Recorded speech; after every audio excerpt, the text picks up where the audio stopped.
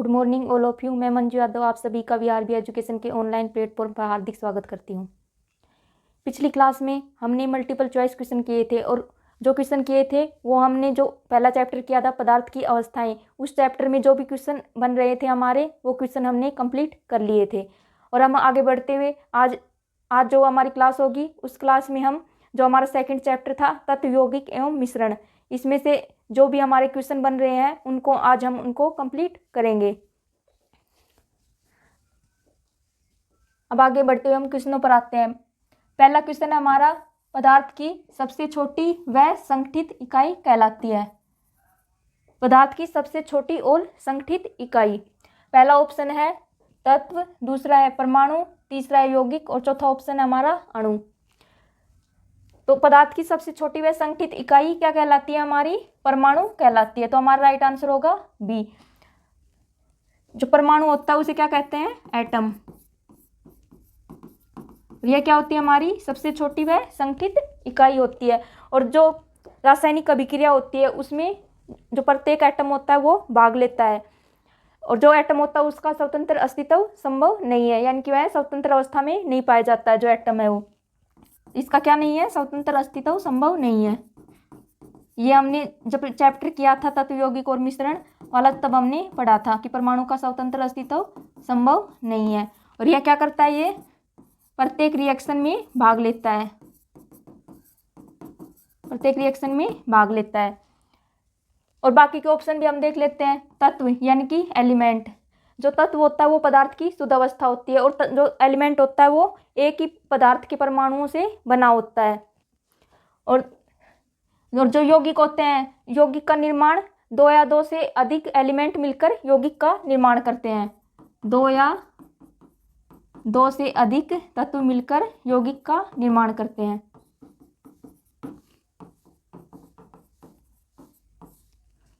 और जो अणु होता है, अणु यानी कि मॉलिक्यूल, मॉलिक्यूल का निर्माण दो या दो से अधिक परमाणु मिलकर मॉलिक्यूल का निर्माण करते हैं। दो या दो से अधिक परमाणु मिलकर अणु का निर्माण करते हैं।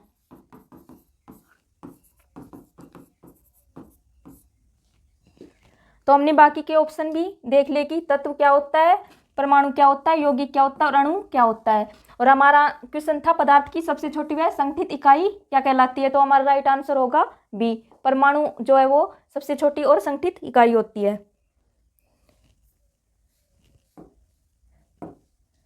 सेकंड क्वेश्चन है,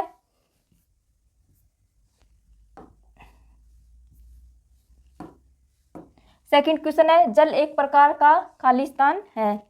पहला ऑप्शन है हमारा तत्व, दूसरा है मिश्रण, तीसरा है यौगिक और चौथा ऑप्शन है इनमें से कोई नहीं। तो जो जल है वो एक प्रकार का क्या होता है? जल एक प्रकार का कंपाउंड यानी कि यौगिक होता है। तो हमारा राइट आंसर होगा सी। जल एक प्रकार का क्या है? यौगिक है। और जल का फॉर्मूला क्या होता है? H2O, जिसमें हाइड्रोजन के तो दो एलिमेंट होते हैं और ऑक्सीजन का एक एलिमेंट होता है। ऑक्सीजन का तो एक एलिमेंट और हाइड्रोजन के दो एलिमेंट होते हैं। और जो हाइड्रोजन होता है उसका जो मास नंबर होता है वो एक होता है। तो टोटल इसका मास कितना होगा? 2 × 1। और जो ऑक्सीजन होता है उसका मास नंबर 16 होता है, 2 × 16, यानी कि इसके द्रव्यमान का अनुपात होता है 1:8 होता है। जो जल होता है उसके द्रव्यमानों का अनुपात। और हमारा क्वेश्चन था जल एक प्रकार का क्या है? यौगिक यानी कि कंपाउंड होता है जिसमें दो तो हाइड्रोजन के एलिमेंट होते हैं और एक ऑक्सीजन का एलिमेंट मिलकर इस जल का निर्माण करते हैं।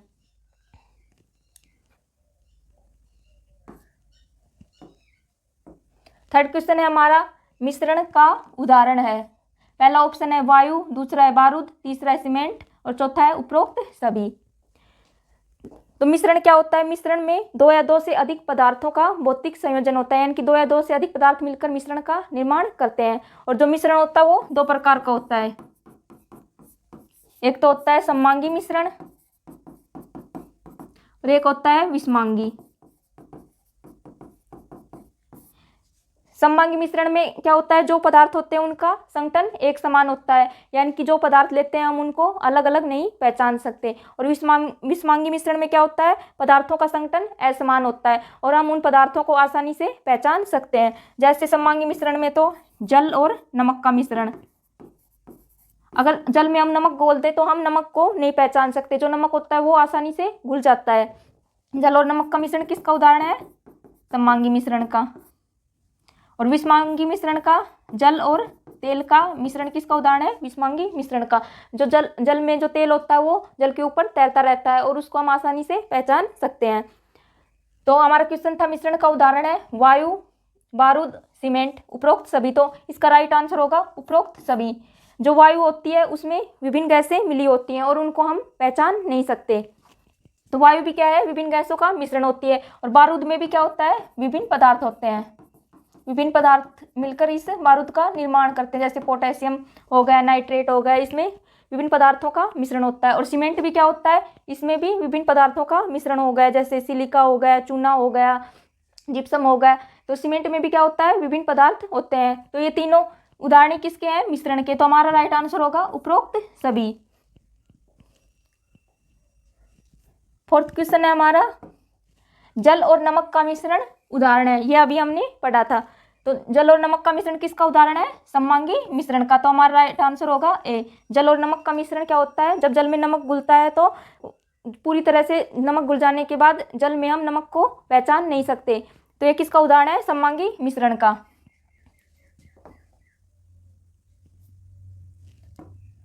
नेक्स्ट क्वेश्चन है हमारा पानी और तेल का मिश्रण किसका उदाहरण है? ये भी हमने अभी पढ़ा था। पहला ऑप्शन है सममांगी मिश्रण, दूसरा विषमांगी, तीसरा है विलयन, चौथा है इनमें से कोई नहीं। तो जल और तेल का मिश्रण किसका उदाहरण है? विषमांगी मिश्रण का। विषमांगी मिश्रण में क्या होता है? जो पदार्थ है उनका संघटन असमान होता है, यानी कि जो पदार्थ है उनको हम अलग अलग पहचान सकते हैं। और हमने अभी उदाहरण किया था पानी और तेल का मिश्रण। जो तेल है वो पानी के ऊपर तैरता रहता है और उसको हम आसानी से पहचान सकते हैं। और विषमांगी मिश्रण का और एग्जाम्पल है एक और, आयोडीन युक्त नमक। जो आयोडीन युक्त नमक होता है वो भी एक विषमांगी मिश्रण का एग्जाम्पल है। और रेत प्लस लोहे का बुरादा, जो रेत होती है उसमें अगर लोहे का बुरादा मिला दिया जाए तो हम उनको अलग अलग पहचान सकते हैं। तो रेत और लोहे का बुरादा भी एक विषमांगी मिश्रण का उदाहरण है। नेक्स्ट क्वेश्चन है हमारा मिश्रण को अलग करने की विधि है। ये भी हमने जब ये चैप्टर किया था तब अच्छी तरह से क्लियर किया था कि मिश्रण की अलग करने की कितनी विधियां होती है। पहला ऑप्शन है हमारा आसवन, दूसरा है क्रिस्टलीकरण, और तीसरा ऑप्शन है वाष्पीकरण, और चौथा ऑप्शन है उपरोक्त सभी। तो मिश्रण को अलग करने की हमने जो विधियां पढ़ी थी उसमें सबसे पहले पढ़ा था क्रिस्टलीकरण, फिर दूसरे नंबर पर निस्यंदन यानी कि फिल्ट्रेशन, थर्ड नंबर पर आसवन यानी कि डिस्टिलेशन, फोर्थ नंबर पर वाष्पीकरण, फिफ्थ नंबर पर अपकेंद्रण यानी कि सेंट्रीफ्यूगेशन, और फिर 6 नंबर पर किया था अवसादन और निस्तारण, और 7 नंबर पर किया था हमने प्रभाजी आसवन। तो हमने ये 6-7 विधियां कंप्लीट की थी। तो उसमें से आसवन भी हमारी क्या है? मिश्रण को अलग करने की विधि है। क्रिस्टलीकरण भी एक विधि है और वाष्पीकरण भी। तो हमारा राइट आंसर होगा उपरोक्त सभी। तो इसका राइट आंसर होगा डी।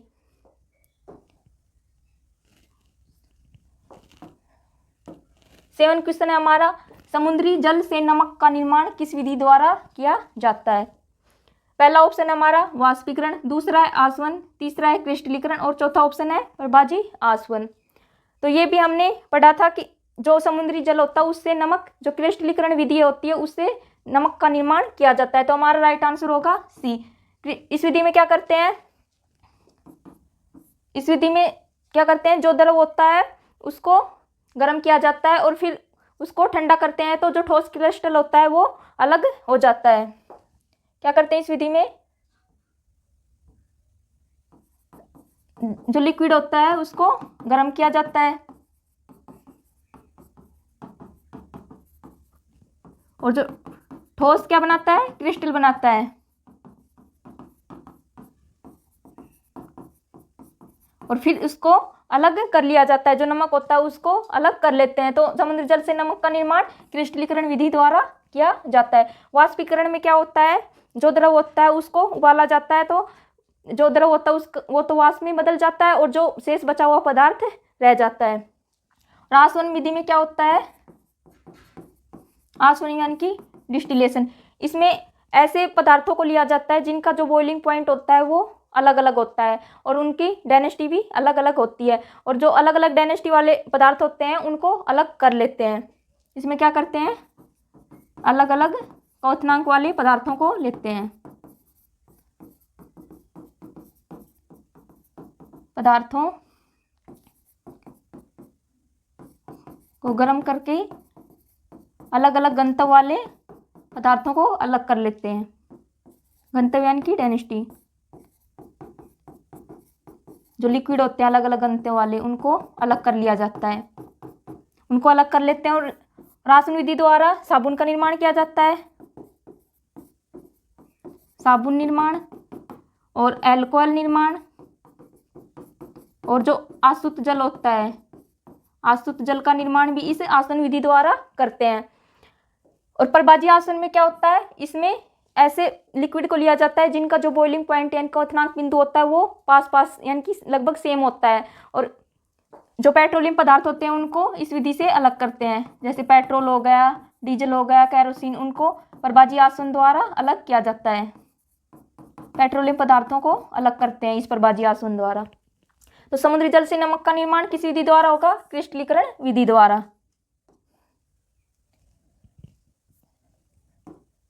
नेक्स्ट क्वेश्चन है हमारा, प्रभाजी आसवन द्वारा अलग किया जाता है। पहला ऑप्शन है पेट्रोल, दूसरा है डीजल, तीसरा है केरोसिन और फोर्थ ऑप्शन उपरोक्त सभी। ये हमने अभी पढ़ा था कि प्रभाजी आसवन द्वारा क्या करते हैं, ऐसे लिक्विड लेते हैं जिनका जो बॉइलिंग पॉइंट होता है वो लगभग सेम होता है। जैसे पेट्रोलियम पदार्थों का, जो पेट्रोलियम पदार्थ हो गए पेट्रोल, डीजल, केरोसिन, उनको अलग इस विधि द्वारा किया जाता है। तो हमारा राइट आंसर होगा उपरोक्त सभी। नेक्स्ट क्वेश्चन है हमारा, दूध से मक्खन निकालने के लिए किस विधि का प्रयोग किया जाता है। पहला ऑप्शन है हमारा अवसादन, दूसरा है वाष्पीकरण, तीसरा है अपकेंद्रण, चौथा है आसवन।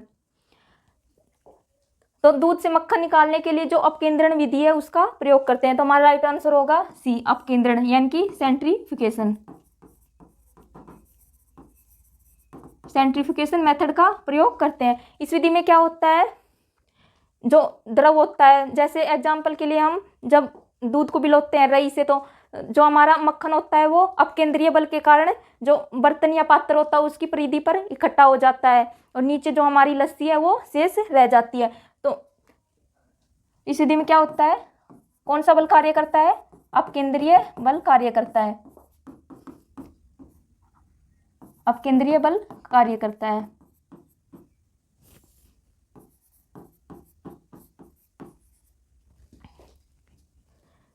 तो दूध से मक्खन निकालने के लिए किस विधि का प्रयोग किया जाता है, तो हमारा आंसर होगा अपकेंद्रण विधि। और बाकी के ऑप्शन भी देख लेते हैं। इस अवसादन मेथड में क्या होता है, इसमें ऐसे पदार्थों को लिया जाता है जो अघुलनशील होते हैं, जैसे पानी में अगर मिट्टी मिला दी जाए तो जो और उस लिक्विड को थोड़ी देर के लिए बिना हिले डुलाए स्थिर छोड़ दिया जाए तो जो मिट्टी होती है वो पानी के नीचे बैठ जाती है और जो ऊपर होता है वो पानी रहता है। फिर अगर हम उसको उलेटते हैं तो पानी तो बाहर निकल जाता है और मिट्टी है वो शेष रह जाती है। वाष्पीकरण में जो द्रव होता है उसको गर्म किया जाता है और जो द्रव होता है उसका वाष्पीकरण हो जाता है। और ये आसन भी हमने अभी पढ़ा था। तो दूध से मक्खन निकालने के लिए किस विधि का प्रयोग करेंगे, अपकेंद्रण विधि का।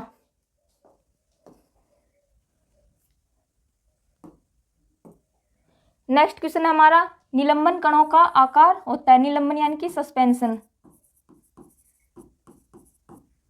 पहला ऑप्शन है 1 नैनोमीटर से 1000 नैनोमीटर के मध्य, दूसरा है 1000 नैनोमीटर से बड़ा और तीसरा है 500 नैनोमीटर से 1000 नैनोमीटर के मध्य, चौथा ऑप्शन है इनमें से कोई नहीं। जो विषमांगी मिश्रण होता है वो 2 प्रकार का होता है,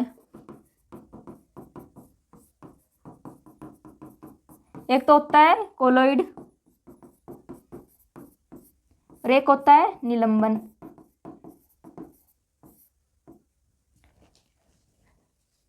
जो कोलोइड होता है उसमें जो कण होते हैं वो भी बड़े आकार के होते हैं और निलंबन में जो कण होते हैं वो कोलोइड से और भी अधिक बड़े आकार में होते हैं। तो और जो कोलोइड में जो कण होते हैं उनका आकार होता है 1 नैनोमीटर से 1000 नैनोमीटर के मध्य।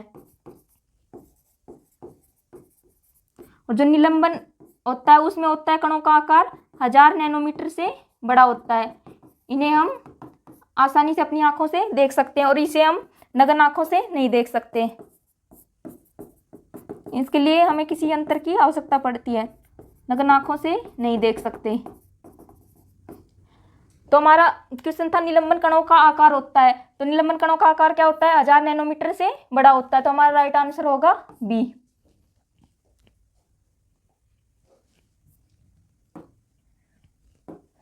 नेक्स्ट क्वेश्चन है हमारा, छोटे से छोटा कण जो रासायनिक क्रिया में भाग लेता है। ये भी हमने जब हम फर्स्ट क्वेश्चन कर रहे थे तब हमने क्लियर कर लिया था। तो छोटे से छोटा कण जो रासायनिक क्रिया में भाग लेता है वो हमारा क्या है, परमाणु है। तो हमारा राइट आंसर होगा परमाणु, यानी कि एटम। एटम क्या होता है, इसका स्वतंत्र अस्तित्व संभव नहीं है, और यह क्या होता है, प्रत्येक रासायनिक अभिक्रिया में भाग लेता है। और जो परमाणु होता है वो पदार्थ की सबसे छोटी व संगठित इकाई होती है।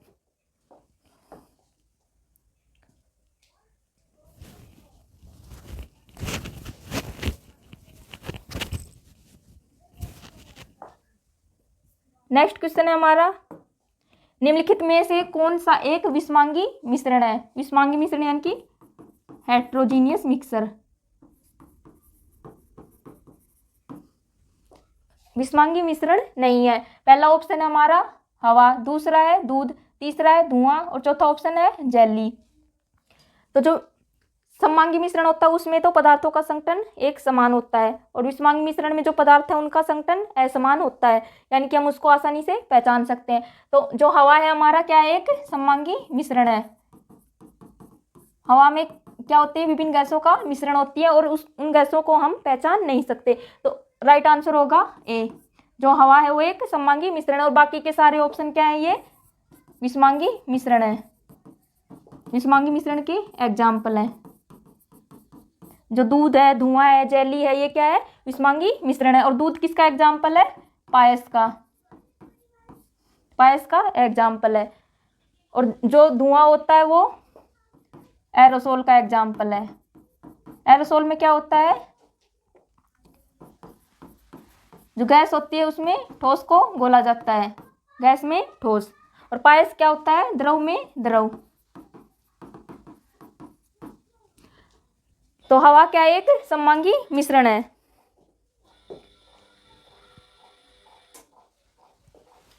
नेक्स्ट क्वेश्चन है हमारा, निम्नलिखित में से कौन सा एक यौगिक, यौगिक मतलब कंपाउंड है। पहला ऑप्शन है पेट्रोलियम, दूसरा है मिट्टी का तेल, तीसरा ऑप्शन है दूध और चौथा ऑप्शन है ग्लूकोज। तो यौगिक कंपाउंड क्या होता है, जो कंपाउंड होता है वो दो या दो से अधिक एलिमेंट मिलकर कंपाउंड का निर्माण करते हैं। जैसे जल हमारा क्या है, एक कंपाउंड है और इसका फॉर्मूला होता है H2O। और जो ग्लूकोज है वो भी हमारा क्या है, एक कंपाउंड है और इसका फॉर्मूला है C6H12O6। C6H12O6 ये ग्लूकोज का फॉर्मूला होता है। और ग्लूकोज क्या होता है, हमारा एक कंपाउंड होता है जिसमें कार्बन के तो 6 एलिमेंट होते हैं और हाइड्रोजन के 12 एलिमेंट और ऑक्सीजन के 6 एलिमेंट मिलकर इसे ग्लूकोज का निर्माण करते हैं। जो पेट्रोलियम है, मिट्टी का तेल है, दूध है, ये हमारे क्या है, एक लिक्विड पदार्थ हैं। और जो ग्लूकोज है हमारा क्या है, एक कंपाउंड है। तो राइट आंसर होगा हमारा डी, जो ग्लूकोज क्या होता है, एक कंपाउंड होता है। नेक्स्ट क्वेश्चन है हमारा, दो या दो से अधिक समान परमाणु के जुड़ने से क्या बनता है। पहला ऑप्शन है अणु, दूसरा है यौगिक, तीसरा ऑप्शन है तत्व, चौथा ऑप्शन है लवण। तो क्या है, दो या दो से अधिक समान परमाणु, ये भी हमने अभी पढ़ा था कि दो या दो से अधिक परमाणु मिलकर किसका निर्माण करते हैं, अणु का निर्माण करते हैं। अणु यानी कि मॉलिक्यूल। तो हमारा राइट आंसर ए होगा। अणु का निर्माण कब होता है, जब दो या दो से अधिक समान परमाणु जुड़ते हैं। और यौगिक में क्या होता है, दो या दो से अधिक तत्व, तत्व यानी कि एलिमेंट, दो या दो से अधिक एलिमेंट मिलकर किसका निर्माण करते हैं, यौगिक का। और तत्व यानी कि एलिमेंट क्या होता है, यह एक ही परमाणु से निर्मित होता है, एक ही परमाणु से निर्मित। और यह पदार्थ की क्या है, शुद्धतम अवस्था है जो एलिमेंट होता है। जैसे ऑक्सीजन हमारा क्या है, एक परमाणु है, नाइट्रोजन भी क्या है, एक परमाणु है, फ्लोरीन, क्लोरीन, ये सभी क्या है, एक एलिमेंट होते हैं। और यौगिक क्या है हमारा, जैसे जल क्या है हमारा, एक यौगिक है जिसमें क्या हो रहा है, दो या दो से अधिक एलिमेंट मिलकर इसका निर्माण करते हैं। और अणु क्या होता है, मॉलिक्यूल, जैसे O2, ऑक्सीजन गैस हमारा क्या है, एक अणु है जिसमें ऑक्सीजन के 2 मॉलिक्यूल है, N2 हो गया, CO2 हो गया, ये क्या है, एक प्रकार के अणु है। और अणु का निर्माण किससे होता है, दो या दो से परमाणु के जुड़ने से।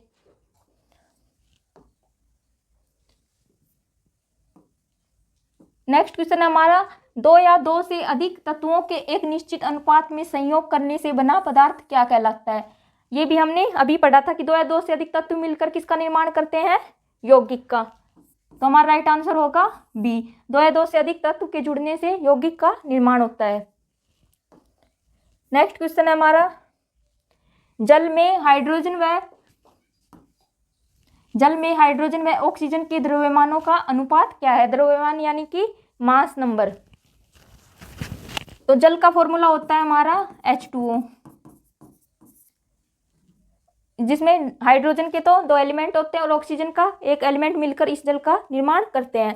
और हाइड्रोजन का जो एटॉमिक नंबर तो 1 होता है और मास नंबर कितना होता है, हाइड्रोजन का मास नंबर होता है 1 और ऑक्सीजन का एटॉमिक नंबर 8 होता है और ऑक्सीजन का जो मास नंबर होता है वो होता है 16। तो यहाँ पर इस H2O में क्या है, हाइड्रोजन के तो दो एलिमेंट है तो 2 × 1 और ऑक्सीजन का कितना है, एक एलिमेंट और इस ऑक्सीजन का द्रव्यमान होता है 16। 2 × 2:16 हो गया। जब इनको हम काटेंगे तो बचेगा हमारा 1:8। तो जल में हाइड्रोजन और ऑक्सीजन के द्रव्यमानों का अनुपात कितना होता है, तो हमारा राइट आंसर होगा बी, 1:8 होता है।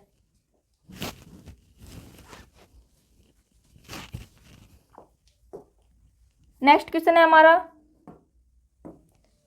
जल का सापेक्ष आणविक द्रव्यमान कितना है, यानी कि टोटल मास कितना है जल का टोटल मास कितना होता है। हाइड्रोजन का तो 2 हो गया और ऑक्सीजन का 16। ऑक्सीजन का मास नंबर कितना होता है, 16 होता है। टोटल हमारा कितना हो गया, 18। तो पहला ऑप्शन है 8 यूनिट, दूसरा है 9 यूनिट, तीसरा है 16 यूनिट और चौथा ऑप्शन है 18 यूनिट। तो हमारा राइट आंसर होगा डी, 18 यूनिट इसका टोटल मास होता है। नेक्स्ट क्वेश्चन है हमारा, ऑक्सीजन अणु खालिस्तान है। जो ऑक्सीजन अणु क्या है, एक पहला ऑप्शन है एक परमाणुक, दूसरा है द्विपरमाणुक, तीसरा है त्रिपरमाणुक और चौथा है बहुपरमाणुक। तो ऑक्सीजन हमारा क्या है, एक अणु है, ऑक्सीजन अणु O2। जो एलिमेंट होते हैं उनको तो हम इस तरह से दर्शाते हैं, ऑक्सीजन हो गया, नाइट्रोजन हो गया, कार्बन हो गया, फ्लोरीन हो गया। और यहाँ पर अणु की बात हो रही है, यानी कि मॉलिक्यूल। जो ऑक्सीजन होता है उसमें 2 अणु होते हैं। तो हमारा राइट आंसर होगा क्या होगा, द्विपरमाणुक। ऑक्सीजन अणु क्या है, एक द्विपरमाणुक है, यानी कि 2 परमाणु मिलकर इस ऑक्सीजन का निर्माण करते हैं।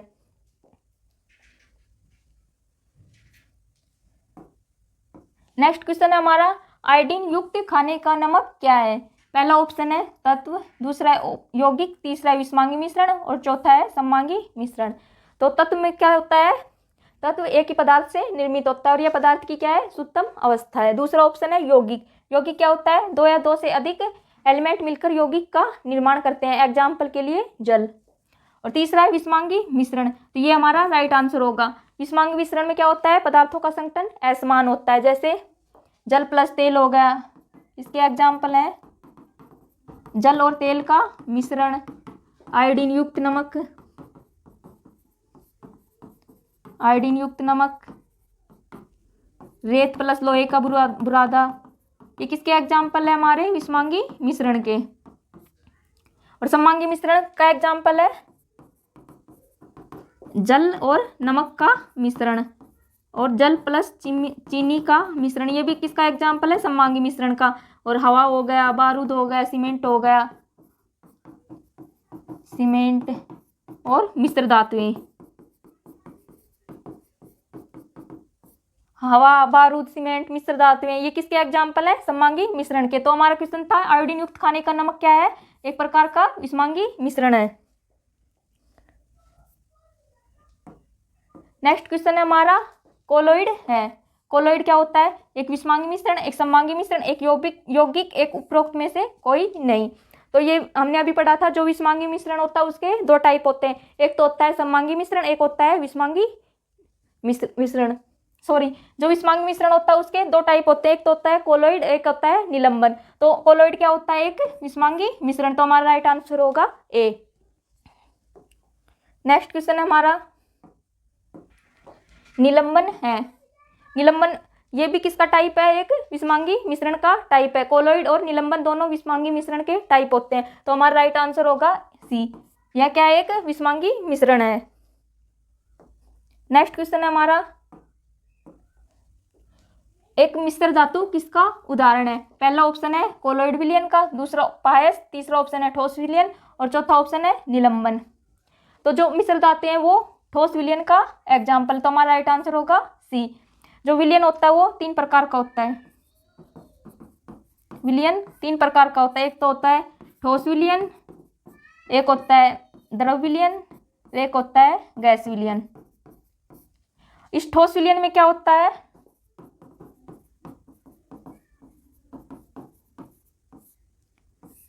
इस ठोस विलयन में क्या होता है? जो विलय और विलायक पदार्थ होते हैं वो ठोसे होती हैं, ठोस होते हैं। जैसे एग्जाम्पल के लिए एल्यूमिनियम धातु में अगर हम, जो एल्यूमिनियम धातु होती है उसमें हम अगर टिन मिला दें और तांबा मिला दें तो ये हमारा क्या होगा? ठोस विलयन होगा।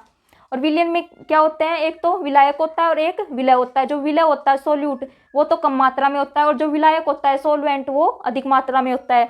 तो इस एल्यूमिनियम में हम टिन और तांबा को मिलाते हैं तो एल्यूमिनियम हमारा क्या है? एक विलायक है और ये टिन और तांबा क्या है? ये दोनों विलय है यानी कि सोल्यूट है। इनकी मात्रा कम ले रहे हैं और जो एल्यूमिनियम है वो अधिक मात्रा में है, क्या है? ये हमारा सोलवेंट है। और ये तीनों ही क्या है? ठोस पदार्थ हैं। तो जो मिश्र धातु होती है वो किसका उदाहरण होती है? ठोस विलयन का।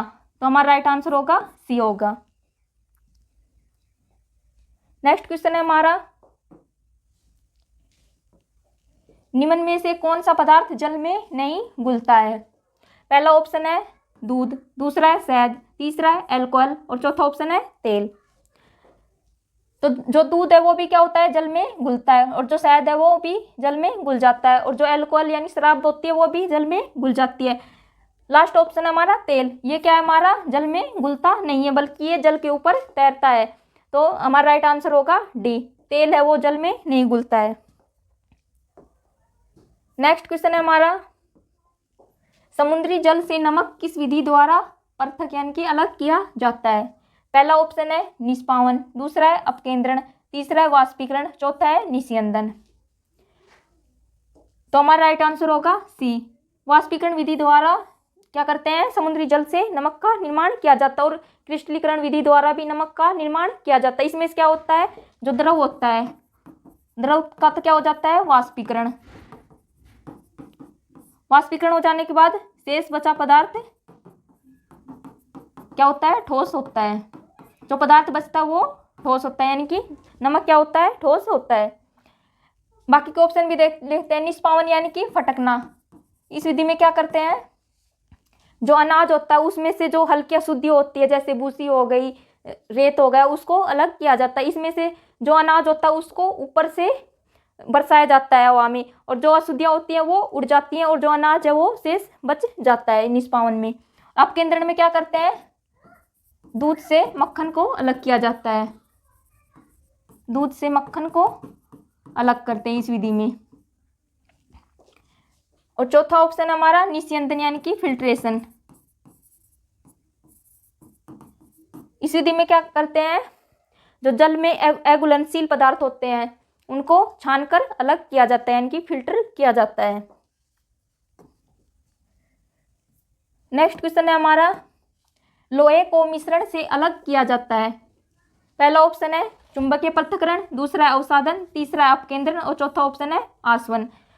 तो जो लोहे का मिश्रण होता है उसको हम किस विधि से अलग करेंगे? चुंबकीय पृथक्करण। जो चुंबक होता है उस पर जो लोहा होता है वो चिपक जाता है और बाकी अशुद्धियाँ शेष रह जाती हैं। तो लोहे के मिश्रण से किस विधि से अलग किया जाता है? चुंबकीय पृथक्करण से।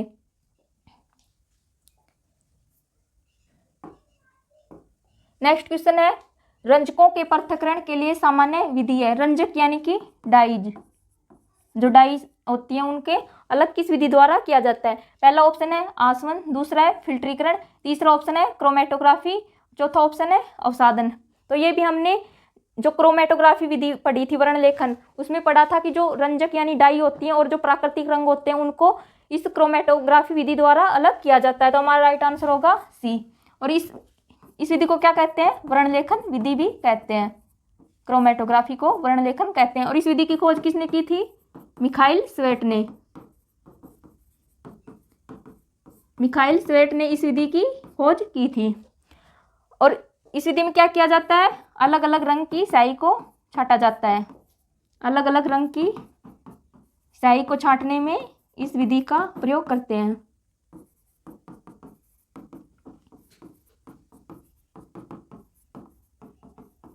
और यह विधि किस मेथड पर कार्य करती है, एडजॉर्प्शन मेथड पर कार्य करती है, अधिशोषण विधि पर कार्य करती है।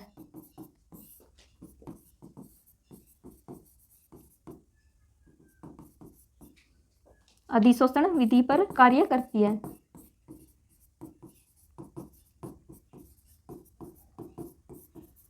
तो ये हमने क्रोमेटोग्राफी विधि के बारे में पढ़ लिया है। तो रंग और इस विधि का प्रयोग जो प्राकृतिक रंग होते हैं और डाई होती है उनको अलग करने में, प्राकृतिक रंगों और रंजकों को अलग करने में प्रयोग करते हैं, अलग किया जाता है। तो हमारा क्वेश्चन था रंजकों के पृथक्करण के लिए सामान्य विधि है, तो हमारा राइट आंसर होगा सी, क्रोमेटोग्राफी विधि। नेक्स्ट क्वेश्चन है हमारा, गेहूं से कंकड़ को अलग कौन सी विधि द्वारा किया जाता है। पहला ऑप्शन है फटकना, दूसरा है चुंबक, तीसरा ऑप्शन है बीनना और चौथा ऑप्शन है थ्रेसिंग। तो जो गेहूं में जो कंकड़ या पत्थर होते हैं उनको हम हाथों से बीनकर अलग करते हैं, तो हमारा राइट आंसर होगा सी। फटकना में तो क्या होता है, जो अनाज में जो हल्की अशुद्धियाँ होती हैं जैसे रेत हो गया या भूसी हो गई, उसको हवा में बरसाते हैं तो जो हल्की अशुद्धि होती है वो हवा से उड़ जाती है और अनाज साफ हो जाता है। और चुंबक में तो हम किसको अलग करते हैं, लौह पदार्थों को, लौह पदार्थों को अलग करते हैं। और थ्रेसिंग में क्या होता है, जो डंठल सहित जो अनाज होता है उसको अलग किया जाता है, तो हमारा राइट आंसर होगा सी। नेक्स्ट क्वेश्चन है हमारा, सममांगी मिश्रण का उदाहरण है। सममांगी मिश्रण यानी कि होमोजीनियस मिक्सर। पहला ऑप्शन है शक्कर व दूध का मिश्रण, दूसरा ऑप्शन है रेत व लोहे का मिश्रण, तीसरा ऑप्शन है मिट्टी व पानी का मिश्रण और चौथा ऑप्शन है तेल व पानी का मिश्रण। तो सममांगी मिश्रण का एग्जाम्पल है हमारा जल और नमक का मिश्रण और जल और चीनी का मिश्रण। तो शक्कर को क्या कहते हैं, चीनी, तो हमारा राइट आंसर होगा ए। जो शक्कर और दूध का मिश्रण है वो क्या है, हमारा सममांगी मिश्रण का एग्जाम्पल है। जो दूध में जो शक्कर या चीनी होती है वो आसानी से घुल जाती है और हम इनको अलग अलग नहीं पहचान सकते। बाकी के ऑप्शन भी देख लेते हैं। जो रेत व लोहे का मिश्रण क्या है, हमारा विषमांगी मिश्रण होता है। और मिट्टी व पानी का मिश्रण भी क्या है, विषमांगी मिश्रण है, क्योंकि जो पानी में जो मिट्टी होती है वो नीचे बैठ जाती है और हम उनको अलग अलग पहचान सकते हैं। और तेल और पानी का मिश्रण भी क्या है, विषमांगी मिश्रण है, क्योंकि पानी के ऊपर तेल है, तैरता रहता है, इसलिए हम उसको अलग कर सकते हैं। तो ये तीनों क्या है, विषमांगी मिश्रण के एग्जाम्पल हैं। तो हमारा राइट आंसर होगा ए, सममांगी मिश्रण का उदाहरण है शक्कर व दूध का मिश्रण। नेक्स्ट क्वेश्चन है हमारा, दो लगभग समान क्वथनांक वाले द्रवों के मिश्रण को पृथक करने की उपयुक्त विधि है। पहला है प्रभाजी आसवन, दूसरा है आसवन, तीसरा उद्रपातन और चौथा है अवसादन। तो इसमें क्या कह रहा है, ऐसे लिक्विड है जिनका जो बॉइलिंग पॉइंट है वो क्या होता है, लगभग समान। तो किस विधि में होता है ये, प्रभाजी आसवन में होता है। इस विधि में क्या करते हैं, पेट्रोलियम पदार्थों का पृथक्करण,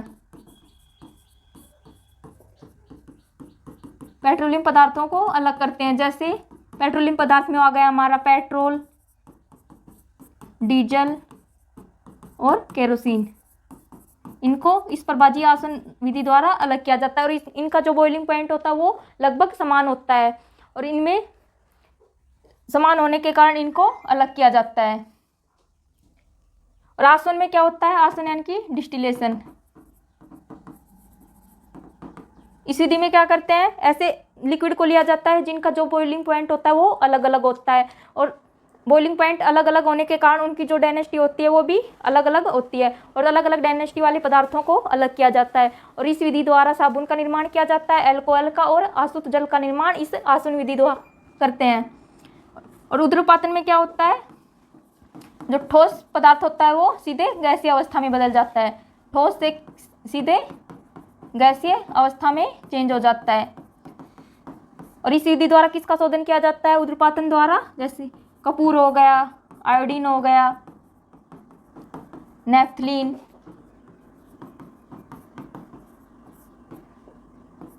और बेंजोइक अम्ल।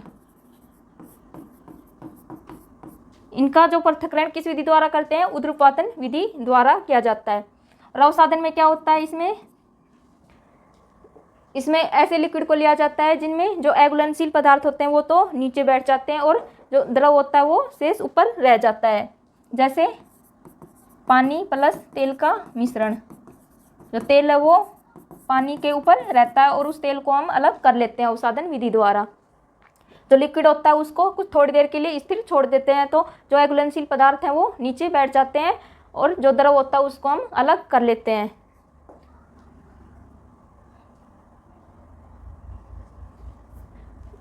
नेक्स्ट क्वेश्चन है हमारा, क्रोमेटोग्राफी विधि का आधार है। पहला ऑप्शन है अवशोषण, दूसरा है विलेयता, तीसरा है संरचना और चौथा ऑप्शन है अधिशोषण। तो जो वर्ण लेखन यानी क्रोमेटोग्राफी विधि होती है वो किस मेथड पर कार्य करती है? अधिशोषण विधि पर, एडजॉर्प्शन विधि पर। और इस क्रोमेटोग्राफी विधि का प्रयोग जो प्राकृतिक रंग होते हैं और डाइज होती है उनको अलग करने में करते हैं। तो ये आज हमने जो हमारा तत्व, यौगिक और मिश्रण वाला चैप्टर था उससे जो भी क्वेश्चन हमारे बन रहे थे, और ये क्वेश्चन कई बार एग्जाम में भी आ चुके हैं, तो आज हमने इस चैप्टर में लगभग सभी क्वेश्चन कंप्लीट हो चुके हैं।